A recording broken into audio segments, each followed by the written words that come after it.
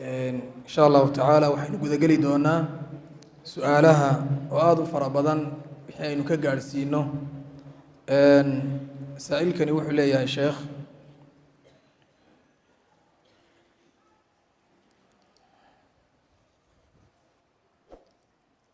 شريعة إسلامكم حيكا قبطها إن لي يسكو سور دوية ديمة أما الله ولا عليه سؤاشا وسير راعيه وحليه هاي maxay tahay xaqiiqada ku jirta in la xayeysiiyo hogaamiye diimeedka kristaanka ama la buunbuuniyo safaradiisa saailkana wuxuu leeyahay qofka markay naftu ka baxayso jihada in loo jeediyo ma sharci ba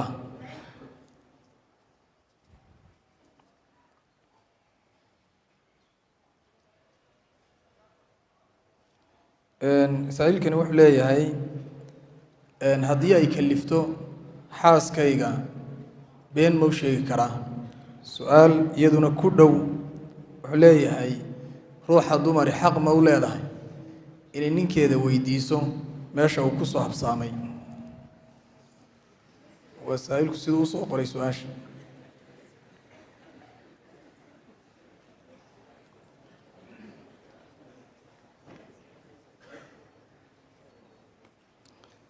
saailkani wuxuu leeyahay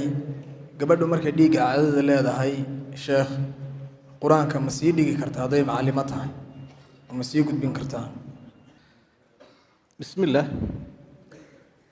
مصاحبة الأديان إن ديمها للصاحبية وشيكة عصرية وقال سوكر ردي هدف كلوي هاي إن باطل كان لقى حقنا لقريه أتلبسون الحق بالباطل حقي باطل كي الله يسكو احترى يوي وحي نوكسون هاي دمات تلمودك أما كتابك يهودا يا بايبل كنصارى دون باطلين قرآن كنا إلى هاي نوغو رمي إن يقدي محرف هين أو دقعمها لقو قرايو لقدمي ولا آخرايو أنا حتى آيات شيء يسكوتشو سسباهين كنا ولوري لحدا جس كنا ولوري تدبات جس بالقرآن أنا اسكتش سباهين كشاكه كتاب كود هالكاسو مريا يجا كم بابك كم مرخات فريم بين بدني كبوحده كسال الدنيا يا قرآن كأن كريم كون حرف بدلني تشرين إن لو نحتره والله إلى لبضع سوي سمين وحيلا من تقالد يا إسلام كوي سميه لكن لقول يدد كنا وادد إلهي ديمه نواد ديم السماوي ولا سوى الدشيء وايس كوض حقني ولا بكادون يسهى سبا شيء كذا لو جت شرايط diinta islaamka xaqnimadeeda ayaa lagu qarinaya baadilkiina waxa lagaga dhigay inaanu baadil ahayn xaq yahay marka waa beenaha badan ee bariyahan la iib keenay ka mid tahay in laga feejignaado weeye wax la saaxiibin karana maha xaq iyo baadil way kala fogyihiin waynu arkaynay boobkii kaniisada iyo sheekhul asarkii afka iskula jira macnaa way isdhunkanayaan sheekhul asarkii شيخي جامعة أسر أضيق كها أسر هي مصر يشيخ الأسر كيف أفكار ليسوق ليه صور كود وموقنية على لبدا الديمود نوايس كمد لبدا ودات نوايس كمد قال دي إسلام كنا نوايس كمد هل كاسيكو بيا شباط مسلم لقات كذا يقوم بماش مريا لكن إلهي سبحانه وتعالى أنت أيضا بك قور رمي نبي محمد عليه الصلاة والسلام وحكى لي سكدا النبي موسى هدو شوق لهاب ومعنت وما يسورة كشان إنه الرماية مويانا إنه نبي نمشي أكتع مركي عمر بن الخطاب رضي الله عنه إن يرانين ولا عليه التوراة وقصوا قريبون النبي قو كان يا وبحنا قيب النبي التوراة بدي بك كان يستقبل يدا قرآنك ويهمد مهيمن وها دينتي هرا النسخة وحتى وقيين هلا هيو كأن إذا تكون عادو فيها شكنا هذا وهذا فكنا وإنتاوي قفكم مركا ولنته إن قبل هذا الله تشهديا والصحوية أو مركا أو هذه يشر تدينت حباش على دقة سدا قبل هذا الله تشهدنا أيه أيام مركا وصير من أين قبل هذا الله تشهدنا أيه هذه الرسول كان واحد صلى الله عليه وسلم مركا الله عاصي قبل هذا الله تشهديه مركا تنكلنا والله متبين علماء لكن تمهم كأي لقم برمان كيو عوي قفكم مركا وقبر قال دقة in qiblada loo jeediyo markuu boko daruuri maaha laakiin waa marka qabriga la dhigo ayaa waajiba sidii quraa'adii qur-aanka akhriyayay iyo dadkii ahlu cilmiga ahaa iyo shuhaadadii nebigu calayhi salaatu wasalaam isagoo qiblada u jeedinayo si u kala qur-aan badan yihiin buu qibladana ugu sii kala horraysiinayay xaaska been ma loo sheegi karaa ama iyadu ninka been ma u sheegi kartaa waa marmar laakiin joogto maaha dee haddii joogto laga dhigo waxay noqonaysaa inay lunto misdaaqiyadii ama kalsoonidii labada qof ka dhexaysa oo midiba saaxiibkiisa kale beenaaluu ku ogaanaya labada qof ee isqabaana waxa u muhiimsanay ku wada joogaan waa kalsoonida marka isagii hadday beenaale u qaadato isagiina beenalay u qaato reerkii siduu isu aaminaya xadiiskan ayaan qalad loo daliishan xadiiskaa isaga ah uu nebigu tilmaamay in ninka iyo gabadhu ay been isu sheegi karaan waa xaaladaha qaar waa maraad isleedahay reerku wuu burburi doonaa ama wixii isku rakibnaa waa kala kici marmarkaa laga yar fakaraya mooyaane maaha joogto haddii uu soo habsaamo ma odhan been ma u sheegi karaa ama ma weydiin kartaaba iyadu waa malaha dee marka hinaasi yimaado iyo shaqooyinkii gododlaha qofka bani aadamkii siiba dee ninkii waxa lagu talagalay inuu dabadda ka soo shaqeeyo xor buu yahay hooyadiina guriga ayaa hawsheedu too ilaahay baa yidhi waqarna fii buyuutikunna guryihiina ku sugma ka howlgala ammaano weyn bay haysaa ubadkii ammaanadii aqalkii intii oo dhan bay haysaa isagiina dabadbaxaaba loogu talagalayba iyo inuu soo wareego oo soo shaqeeyo howlihii adkaa maamulkii madaxtinimadii mas-uuliyaddii wixii maalkii soo shaqeeyo de markaa haddii laga daba shaqeeyo kii soo shaqaynayey waa laisla dawakhayaa allaahuma ilaa dee haddii uu yahay khayru cafiif midaan dhowrsoonayn oo ay ka shakisan tahay inuu qaraaf iyo xumaan sameeyo dee taasoo kale xaq waxay u leedahay inay ka hinaastay ka dhiidhiday tidhaahdo xumaantaa jooji hadday ku ogaatana dee tallaabo way ka qaadan kartaa ilaa xaaraan buu wuxuu cudurru u horseedayaa laakiin hinaasaha aynu aragna ee xaggaad martay iyo sidaad tahay iyo iyaad la kulantay arrimahaas waa waraysi mukhaabaraatiya waraysigii sirdoonka oo kale in ay la gasho gabadhu ninka maaha waa la isku wareeraya ruuxa dumarka ahi markay caadada leedahay qur-aanka ma akhriyi kartaa culimada islaamku maya bay u badan yihiin ma akhriyi karto way jiraan qayb la waa akhriyi kartaa laakiin sidaasay u badan yihiin marka iyadoo ku kalifta mooyaane intay daahir noqonayso inay iska sugtaa fiican wallahu aclam jazaaka allahu khayran ilaa ka abaalmariyo saa-iilkani wuxuu leeyahay sheekh hadday qof wax naga dhexeeyaan waxna dhex maraan haddaan waan cafiyey aan anigu afka ka idhaahdo aanan isagii u sheegin arrintaasi cafiskii ma noqonaysaa ama qof kale ma u sii fari karaa su-aashan inkastoo muxaadaradiina ku jirtay wuxuu leeyahay saa-iilkani sheekh cibaadada maxaa la igaga aqbali karaa ama goormaa la odhan karaa cibaadada waa laga aqbalay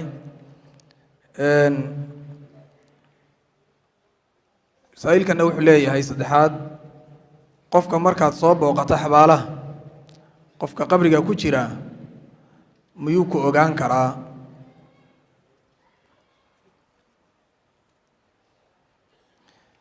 saa-iilkani wuxuu leeyahay qof ka shaqeeya meel rag iyo dumar aan isu bannaanayn oo maxramka isu ahayn ka shaqeeyaan oo isku dhex jiraan waxna aan ka qaban karin maxaa la gudboon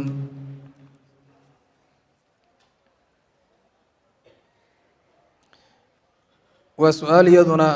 rag iyo dumar udhexaysa wuxuu leeyahay saa-iilkani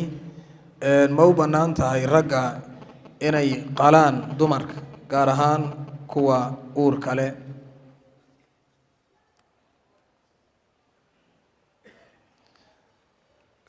labadan su-aalood way isku dhow yihiin waan israacinaya wuxuu leeyahay qofka qur-aanka dhiganaya gaar ahaan ardayday ku badan tahay ma ka boodi karaa qur-aanka badh isagoo macallinkii markaa waxa weeyaan ku khiyaameynaya laakiinse towbad ma leeyahay hadduu ka boodo arrintaas kale dhalinyarada aada u garanaya laba su-aalood baan raacinaya iyagana dhalinyarada ku saabsan su-aasha koowaad wuxuu leeyahay dhalinyarada ragga iyo dumarka ah ee baraha bulshada lagu wada xidhiiro ka wada sheekaysta arrintaa xukunkeedu muxuu noqonayaa su-aasha labaad wuxuu leeyahay waxaa jira rag iyo dumar israaca sawirlayaalna ka haysta dabeedna isku soo sawira magaalada markaa meelaha koonaheeda arrintaas iyadana xukunku waxay shareecadu ka qabtaa cafis marka uu qofku qof kala cafiyayo waxaad u wanaagsan weeyo dee ilaahay baa ina faro khudi lcaf waamur bilcurfi waacrid can iljaahiliin cafiska qaado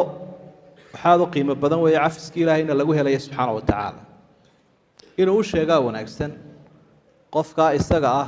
ee uu cafiyayo waaba laga yaabaa sida inuu wax ka tirsanaya inuu isagana ka codsaday inuu cafiyo anugu waan ku cafiya adna cafi waxaad u wanaagsan weeye qofkuna haddii uu cid kale ka godobaysan yahay nafta iyo maalka iyo sharafta mid inuu meel kaga dhacay qof kale waa inuu cafis ka codsadaa intaanu fashilmin qiyaamaha ilaahay hortiisa subxaana wa tacaala waa kii muflisku ka warramayay nebigu qofka caydha ah qofka caydhii waxa weeye qof ilaahay hortegay aakhiro camallo badanna sita laakiin ummaddii ilaahay dhibay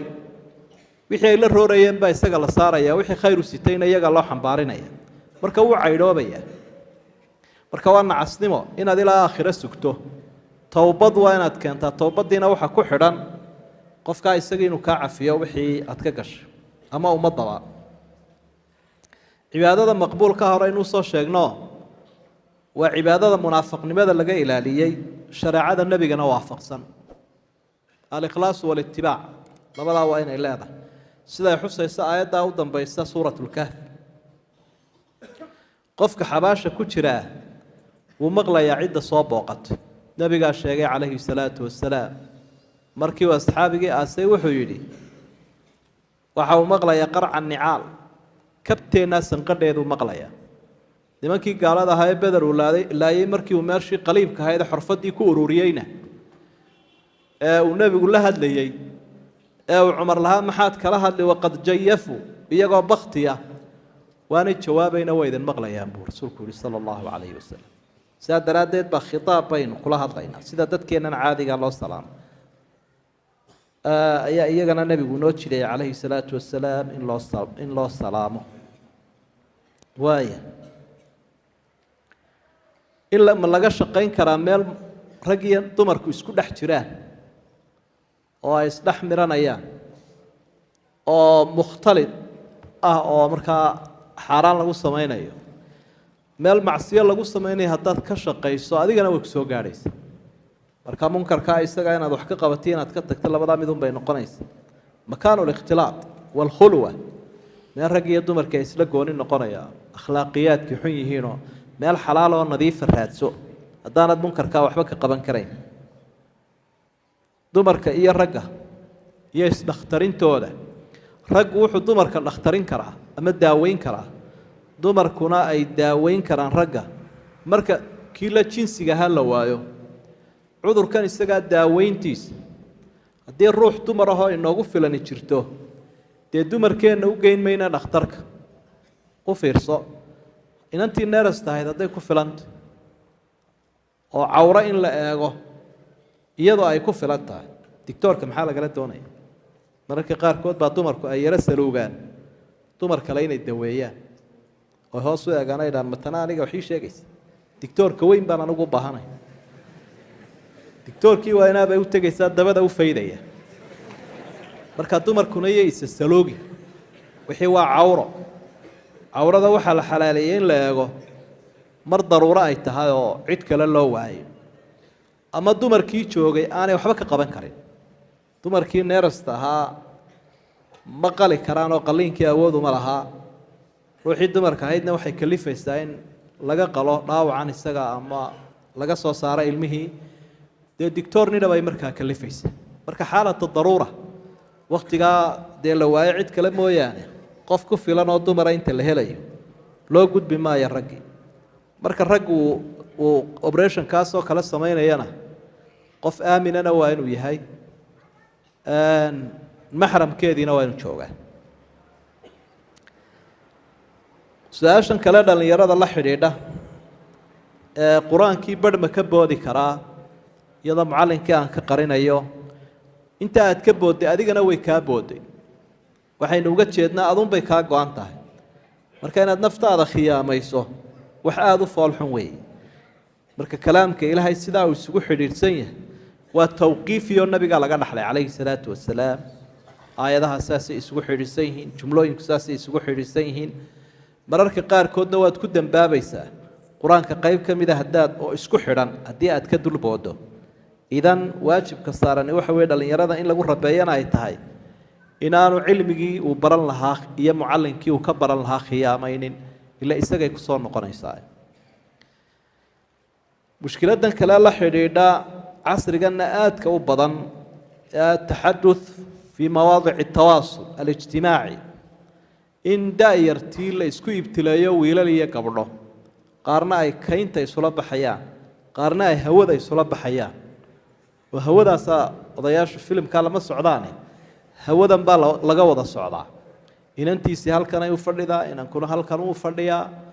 wuxuu haystaa inantu inay iska khushuucsanto gurigeeda ay ku jirto iyadii hooyaduba saasay u haysta inankuna ina wanaagsan oo goor horeba soo xarooday inuu yahay hadda maraykan buu joogaa iyo australia inanta halkan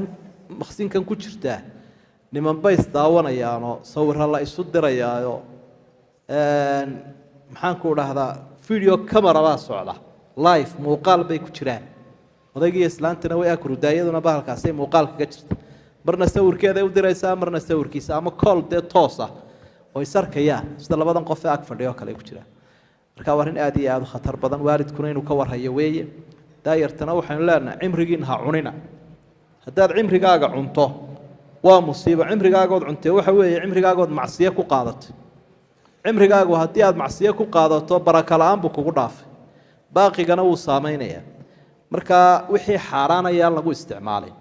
wixii macluumaad uu qofku ka faaidaysanaya ha ka faaidaysto wixii akhbaara ila lama dayn karo dadkii way ku ibtilaysayna waa wax jira laakiin wixii xaaraana ama sawirro qaawan ama macsiyo ama qof si xun loola dhaqmo intaasoo dhami cuqubay keenayaan maskaxdaa kugu madoobaanaysa indhaha kugu madoobaanaya cimrigaagaa madoobaanaya cadho allaad qaadanaysa fallaahu khayrun xaafidan wahuwa arxamu araaximiin ilaahay baa ciduu xilaalisa ugu wanaagsan oo u naxariistee ilaahay baa ku ilaalinaya waxaad ogaataa markaad goorida joogto inuu ilaahay kugu helinayo alaa yaclamu man khalaq wahuwa alatiifu alkhabiir wuu ogyahay addoonkaa ilaahay oo abuuray waanu u jeedaa waanu eegayaa wa caynullaahi naadiratun ilayna marka cid la iska ega ilaahay baa u wanaagsan haddaan cidi ku arkayn ilaahay baa ku arkaya xaaraanta ka ilaali xubnaha alam najcal lahu caynayni walisaanan washafatayni wahadaynaahu najdayn wuu inoo mana sheeganaya ilaahay miyaanaan qofkii u samayn baa ilaahay uhi laba indhood iyo carab iyo laba dibnood uu dariiqa ku arkayo markaa indhihii iyo carabkii iyo codkii waxun haddaad ku isticmaasho waxa soo dhaqsan kara inuu ilaahay kaaga rido cudur dhakhaatiirtu daweyn kari waayeen axadu aclaami salaf saalixiintii mid ka midoo gaboobay baa indhihiisii iyo ilkihiisiiyo way wada fiiqan yihin waa lala yaaba waxa lay ka war wuxuu ihi xafidnahaa sikaaran faxafidaha allaahu kibaaran xubnaha arkaysaan annagoo yaryar baan xaaraanta ka ilaalinayoo annagoo boqol jira baa ilaahay noo ilaaliyey indhihii iyo ilkihiiba marka cimrigiina ha cunina ha cimri degdegina cadho allana ha kasbanina xaaraanta ka ilaaliya baynu leenahay dadka ama baabuurta bannaanka isula baxaya ama hawada isula baxaya oo da-yartana aynu tababarno oo diinta iyo tarbiyada iyo aynu aada ugula dadaalno aqoontii maadiga ahayd unbaa maanta waalidiintii iyo mas-uuliyiintii ay lacag ku bixinayaan ay ku dadaalayaan qofka haddaad aqoonta maadigoo qura kula dadaasho ilaahayna bari weydo diintana bari weydo way isku waalan doontaan marka dambe lacagtaaduna way dhammaan isaguna wuu kaa farabixi doonaa qofkaas ayaamo dhoweyto dee baraha bulshada waxaa ku arkayseen inan siday aqalkooda u joogtay krista noqotayba internetkaasunbay ka wada xidhiidhayeen dadkiibaa ku xidhay boobab iyo kaniisad norway jooga halkiibaa lagaga qaaday heshiiskii gaalnimada islaamkiiba waa laga saarayba goor dambey waalidkeedii ogaadeen iyadoo la dhoofinayaba oo lasii wadaba markaa wax badan baa meesha ka jire dee dushiina yaan lagu shixinoo lagu ciyaarayne anteenooyinka taagoo soo jeedsada wallahu aclam saa-iilkani wuxuu leeyahay sheekh casharka ma lagu maydhan karaa cashar marka laguu soo dhigo ma lagu maydhan karaa casharka laakiinse in la dhigtaa nabiga ma ka sugan yahay sala allahu calayhi wasalam saa'ilkani wuxuu leeyahay nin baan dayn ku lahaa 44 kuna wadna wuu dhintay dadkii ehelkiisa ahaa markaan u tegay waxay idhahdeen 20 kun ayaa meesha kuugu qornaa marka agoontuna arrin saa u dhigan agoontuna way ila ogaayeen maxay arrintaa diintu ka qabtaa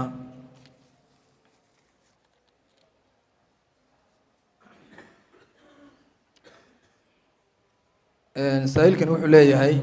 waa laba su'aalood isku dhow maxaa siyaadiya sheekh qur-aanka habka aan ku baran karo ama jacaylkiisa inaan jeclaado qur-aanka naftayda waxaan uga baqanayaa buuri ninkani istusnimo iyo in cibaadadii marka waxa weeyaan aan wax kale ku daro iyadana maxaan iskaga ilaalin karaa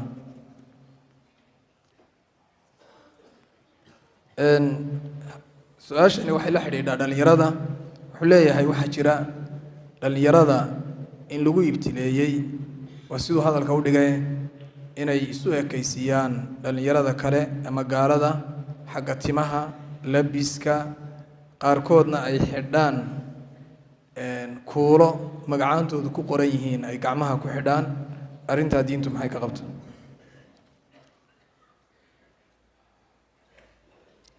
saa'ilkani wuxuu leeyahay waxaan habeen baan seexday dabeedna waan isku jinaabooday waan tukaday aniga oon maydhanin oon ilaaway salaadaa ma soo celinaya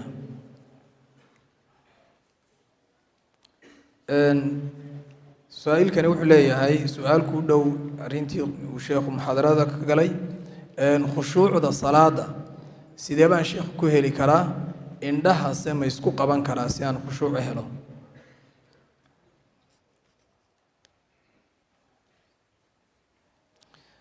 saa'ilkani wuxuu leeyahay markaad meydka ku tukanayso ee takbiirihii hore ee meydka 4 takbiirood ama 2 ku dhaafaan iyo wax la mida ma intii imaamku ku joojiyo ma ku joojinaya mise anuguna waan sii wadaya inta aan la qaadin quraanka marka la akhriyo la dhameeyo sadaqa Allahu al-azim ma la oran karaa casharka ma la dhigi karaayo biyo inta quraan lagu akhriyo qofku ma cabbi kara ama ma ku maydhan kara culimadu waxay u badan ha salafka qaarkood waa sameeyeen maadaam quraankii ilaahay caafimaad ku sheegay wanunazilu min alqur'aani ma huwa shifaa'un linnaas quraankii caafimaad uu dadka u yahay baa ilaahay marka caafimaadkii jirka iyo kii qalbiga baa noqonaya waxa kale oo jira xadiis saxiixa oo nabigu calayhi salaatu wasalaam ducooyinkiisa waxa ka mid ahaa inuu inoo sheegay qofku markay meel xanuunayso inuu farta ciidda saaro meeshii saaro biturbati ardina biriqi bacdina yushfa bihi saqimuna candhuufta qaarkayo iyo ciidda dhulka yaga ayaa ilaahay ku caafimaadinaya ka yaga buka marka maadaam candhuufta uu sheegay nabigu calayhi salaatu wasalaam inuu qofku marka uu wax ku akhriyayo quraanka ku akhriyayo biyaha in wax yar uu gaarsiiyo biriqi bacdina baa xadiidka saxiixa ku sugan inaasay daliishadaan marka qofku uu ku maydhan karaa laakiin waa inuu meel nijaasa ka ilaaliyaa suuligi iyo xamaamkii iyo meeshii quriga tashta ku maydho beerta ku shubo culimada cilaajku iyo ruqyada iyo hadiya jeer cidda ruuxda dawaysaana saasay maaragta ayay tilmaamo waana sax weeye in laga ilaaliyo quraanka wixii ihaana su-aasha labaad ee ahayd qof baan dayn ku lahaa bar baa la idafiray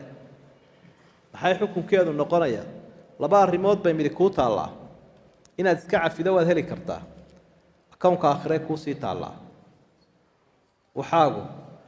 dee xerada adduunyada iyo xerada aakhire midunba kugu jiraa ma lumaan xooluhu midda labaadna waxa weeye inaad dee cadaysatood garsoorka tagto oo dacwadaad bilowdo aad markaa isku daydo inaad ama cadaysato haddaad caddayn kari weydana ay ku dhaartaan ama aad ku dhaarato labadaa midun wey qur-aanka maxaa i jeclaysiinaya waxaa ku jeclaysiinaya dalka wanaagsan iyo dadka wanaagsan iyo diinta wanaagsan dad wanaagsan in la joogto qur-aankii jecel oo ku cibaadaysanaya baranaya iyo dal wanaagsan inaad joogto oo quraanka laga ciseynayo iyo diin wanaagsan inaad leedahay inuga jeedna dhaqan fiican inaad yeelato cibaadaysato oo ruuxdaada kor u qaado markasta oo qofku cibaadada wanaajiyo ruuxda ayaa quud iyo sahay hesha marka waxa u macaanaada quraanka iyo dhikriga ayaa u macaanaada laakiin haddii cibaadadaada hoos u dhacdo ama aanad cibaadaysanaynin ruuxdaadii baa baaba'ayso cibaadada u qaraaraanaysa ilaahaynu baraarujin lahayn su-aasha kale ahayd daayartii waxay daba carareen shisheeyaha maxaa ugu wacan waa lisaraqati alcuquul caqligoodii baa la xaday in xoolaha laynaga xado iyo dunyadana waxa ka dhib badan in caqliga la xado haddii cuquusha caqliga dadka la xado ka madaxda la xado ka dumarka la xado ka ciyaalka la xado xatooyada cuquushu waa waxa ugu musiibo badan weeye dadku iyagoo dalkooda iska jooga ayay yihiin dad sagagariin oo siloona oo dad waalana wadan iska dhex jooga umay noqonayaan meel kale ku faruur xidhan oo meel kale laydh looga shidayo oo dee nooc kale ah ayay noqonayaan idan waa ta keentay carruurtii iyagoon meel kaleba teginba inay shisheeye hadalkoodii iyo dhaqankoodii iyo waxaasoo dhan taqliidaan ay daba socdaan waxa keenayana jacaylka oo cidda aad jeceshahay had iyo jeer sidoodaad u hadashaayo sidoodaad iska dhigtaa haddaad nebi maxamed jeceshahay sidiisaad u cibaadaysan sidiisaad qur-aanka u akhriyi sidiisaad u labisan haddaad michael jackson jeceshahayna sidiisiibaad sanka u qali doontaa oo sanka usoo yuubi ood maskaxda usoo yuubi ood hadalka usoo yuubi markaa kolba qofku cidda uu jecel yahay waa kaa nebigu calayhi salaatu wasalaam ka digaya maxabada jacaylka qalloocday almaru maca man axaba qofku wuxuu wehelinayaa adduun iyo aakhiraba cidduu jecel yahay marka cidduu jecel yahay waa inuu ka fiirsadaa marka dadka aynu rabayno diinta kula dadaalo dhaqanka wanaagsan kula dadaalo aynu maal gelino ummadda maskaxdooda iyo macrifadooda iyo ruuxdooda waxay dadkan u baahan yihiin in khayrka lagu maalgeliyo oo tacab la geliyo la qofku waanu halaabi karaa waanu hanuuni karaa laakiin waa in hawla qabtaa kullukum raacin wa kullukum mas-uulun can raciyat waxbaynu raacnay waa inaanu ciddii aynu raacnay si wanaagsan mas-uuliyadoodii uga soo baxnaa hidaayadana ilaahay baa iskale subxaana wa tacaala salaatuljanaasa haddii lagaala horeeyo dee intaad ka soo gaadhayna waad la iman intii kaa tagtayna waad la iman haddii laba ragcadood laba allahu akbarood aad ku soo gaadhay allahu akbartaada hore dee waxaad ku xigsiin doontaa faatixadii ta ku xigtana salliga nebiga ta ku xigta ducada sidii ay ahayd baad u tartiibin doonta haddaanad garanayna dee culimada ka baro laakiin 4 jeer ba allahu akbar la odhan jiray haddii aad laba ku soo gaadho markuu imaamku ka baxa aad ka baxdo dee waa salaadii oo laba aad kaga baxday 4 ahayd oo kale salaadii oo bargoosatay weeye imaamku barkood 4 ragcadood dadka tukinayo salaadu 4 tahay ee laba soo gaadho dee labada kalena waad raacisaa markuu ka baxo tanna waa sidii oo kale laakiin barashay u baahantay wax badanna maaha qofku marka uu tukanayo inuu khushuuca oo khushuuc la yimaadaa waa wax ilaahay u dhaweeya waana darajo la gaadho ilaahayna mu'miniintu ku amaanay qad aflaxa almu'minuuna aladiina hum fii salaatihim khaashicuun mu'miniin waxaa la yidhaha kuwa markay salaada ku jiraan khushuuc leh waa qalbigooda ilaahay u soo jeediso si kale haddii loo dhigo marka salaada ku jirto waa adigoon xawilnayn mobayl baa xawilan soomaad arag adigoon xawilnayn weeye haddaad xawilanta ilaahayna iska hor taagan tahay arrin maaha taas waa inaad ilaahay u soo jeesataa subxaana wa tacaala taa qudhigeedana waa la bartaa nafta lagu rabeeyaa meesheeda dadkeedana waa laga faa'idaystaa iyo saaxiibada wanaagsan indhaha isku qabashadooda iyo kala qaadistooda culimada qaar waxay idhaahdaan inaad indhaha kala qaado ayaa wanaagsan halkaa lagu sujuudayana adeegto waa ilaahay baad hor taagantay qaarkoodna waxay idhahaan qofku inuu indhaha isku qabta ayaa wanaagsan khushuucda u dhowda waa intoo wax kale adeegeegtaaye laakiin marka hadyiga nabiga la eego calayhi salaatu wasalaam waa inuu qofku indhaha kala qaadaa makaana sujuud meeshuu ku sujuudayana u eegaa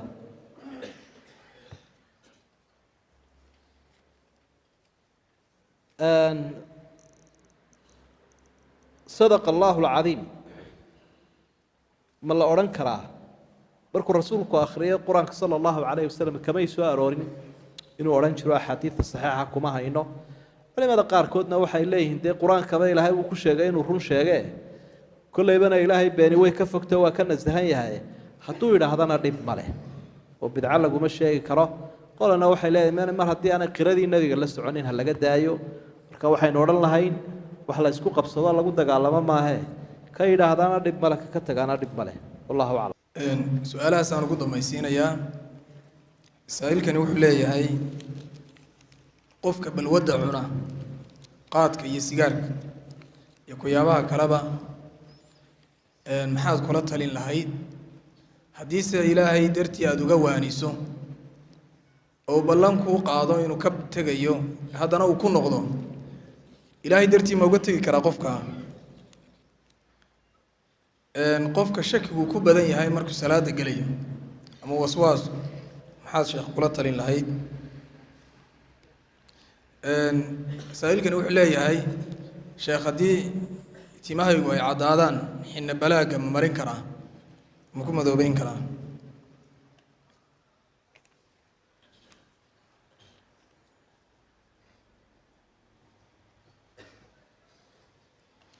wuxuu leeyahay saa'ilkani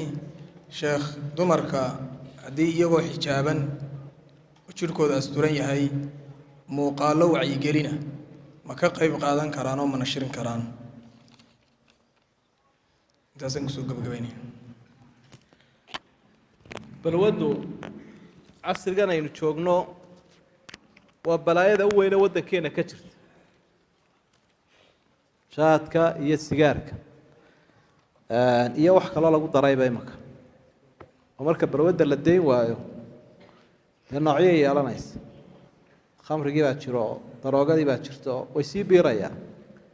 marka caafimaadkeennii u badnaa akhlaaqdeennii u badnayd dhaqaalaheennii u badnaa wixii o dhan halkaasay ku baxeen waajibka ummaddan saarani waxa weye in loo howlgalo sidii loo joojin lahaa dadka looga wacyigelin lahaa diintu waxay ka qabto loogu sheegi lahaa waxaana wuxuu ku dambeynaya loogu sheegi lahaa arrintaasi waa waajib weyn weeye haddii la fudaydsadana waxaa dhici kara waxaan cidhibtiisa la mahadinayn ummadaha marka la doonayo in wadamo laga riixo ama laga qabsado balwaddaa lagu dhex baahaya taariikhdii jayne iyo weerarka qarbigu ku sameeyeen ama reer galbeedku balwaddaasaa lagu weeraray daroogadaasaa lagu sii daayay nimankii austraaliya deganaan jiray iyo qaaradda america la ydhaa ummadihii deganaan jiray balwaddaasunbaa loo qaybiyo ummado shisheeya dalka kala wareegay marka haddii dadka caqliga laga qaato si dhib yar baa loo jahayn karaa loo maamuli karaa maantana waxaynu gaadhnay in dusheenna la isku haystaba annagaa kuwan iskale iyo annagaa iskale soo maydaan arag wadamada jaarka qolo wale waxay dhahaan qaybtan annagaa leh oo intan annagaa ka iibinayna jaadka annagaa ka iibinaynaaba la isku haystaaba adigiibaa la isku ka haysta idan waxba yaynaan eegin waxa yara ka soo baxayeen dadka soo waaridaana ilaahay ha uga toobad keena ilaahay faraj khayr qabuu siin doonaa waman yattaqi illaaha yajcal lahu makhrajan wayarsuqhu min xaysu laa yaxtasib meelaanu filayn buu ilaahay ka arsaaqi doonaa hadduu maanta qofkaa ka baac mushtaraynaya waxaa xaaraanta intuu alkaa iska dhigo uu lacagtiisana danaha guud geliyo wadooyinka ceelasha iskuullada u geliyo ku shubo wax xalaala amaahdo oo uu idhaahdo waxay amaahaystaan xoolo xalaala oo halkaa uu faa'iidadiisa ka doono waxa hubaala intuu halkaa ka helaya in ka badan oo adduun iyo aakhiraba caafimaad qabta inuu heli doono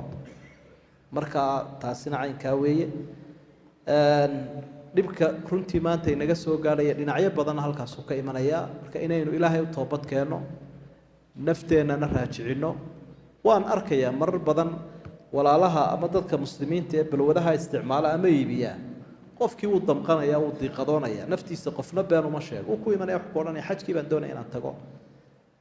sadaqaan doonaya inaan bixiyo laakiin waxay gidi halkaasaan ka shaqeeyaa ama jaad baan ka shaqeeya ama sigaare maxay kula tahay ma ku ansaxayaa yaa akhi adigu waxaad ka hadlaysaa sadaqaad ka hadlaysaa xaj baad ka hadlaysaae ma cuntaayo caruurta ma siisaa haa waan cunaa caruurtana waa siiyaa dee haddaba taasaaba kasii daranba cibaadadii iyo cunadii waa isku mid haddaad cunayso barorta cunada ka jooji cibaadadii iyo cunadii waa isku mid marka taasaynu xaggii mowqifkii sharciga ahaana waxaasi waa inaanu bannaanayn in la iska daayo ilaahay looga toobad keenana waa waajib qofka intuu ka taga ku noqdana odhan mayna iska sii wade waxaan leenahay haddana ka soo noqo قل يا عبادي الذين أسرفوا على أنفسهم لا تقنطوا من رحمة الله إن الله يغفر الذنوب جميعا أدونك مروا إلهي وتوبتك أنا وكفر حياة وكفر حياة وكفر حياة مركين وقصتما هو إنسان عظم وسواس وعذرك عبادته عذرك عبادته ووسواسك شيطانك هدو كلها رأي ربضة وسواسك عبادة هذا خلق البيك ليس وحنقرنا يعني المستاتذة هرقيسة كنت كتشرو شيخها إلى لبر ركعات لا تكذو صلاة مو حران جري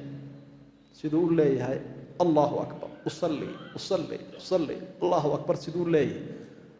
غير كبو قلي واي هذا لبر ركعات مركل المرأي أيو سبيد كو قادنا يا أنت كورس سبيد كيس بقلي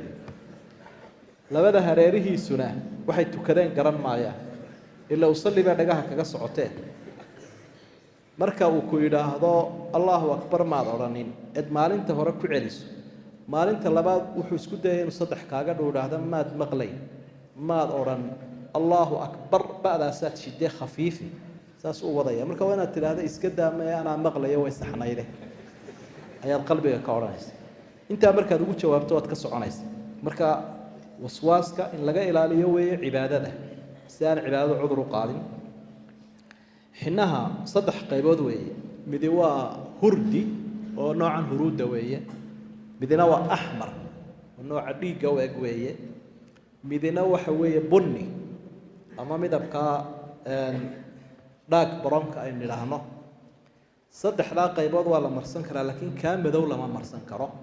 نبي وحو مرسن أمدي ريبة قولي فعل بوي كسبناته الحناء والكتم حناها هي كتم كروا مدو حنوهنا وعسان labadaas uu isku daraya marka waxa isla imanaya midabka la yiraahdo bunniga ama brownka ay isla imanaya laakiin ka midow cirada inaan la marinaynin uu sheegay nabigu kaleey salaatu wasalaam waanu ka digay cirada badala oo madowga ka daaya وهذا ما أقوله وأستغفر الله دنبينا الله ضاف كي وارد كان الله ضاف عبادة الله ينقى أقبل عمل كان الله صوبيه بدي نوشف عقاده إلى هاي نقى أقبل الله كدقه وارد كان الله نحرست إننا الله ينقى دبا نحرست دلك إيه ضدك إيه الدنيا دبا الله ينقى بركة بلاوين كان الله ينقى دوام شركة عدو إيه الشيء أنا الله ينقى بدبادين مسلم كمير وشوقة نسر جي سيل هياسيه نسر جي سيل هياسيه وش إيه بدبادة يعسي كان الله سيه وآخر دعوانا أن الحمد لله رب العالمين وصلى الله على نبينا محمد وآله وصحبه وسلم. سبحان ربي.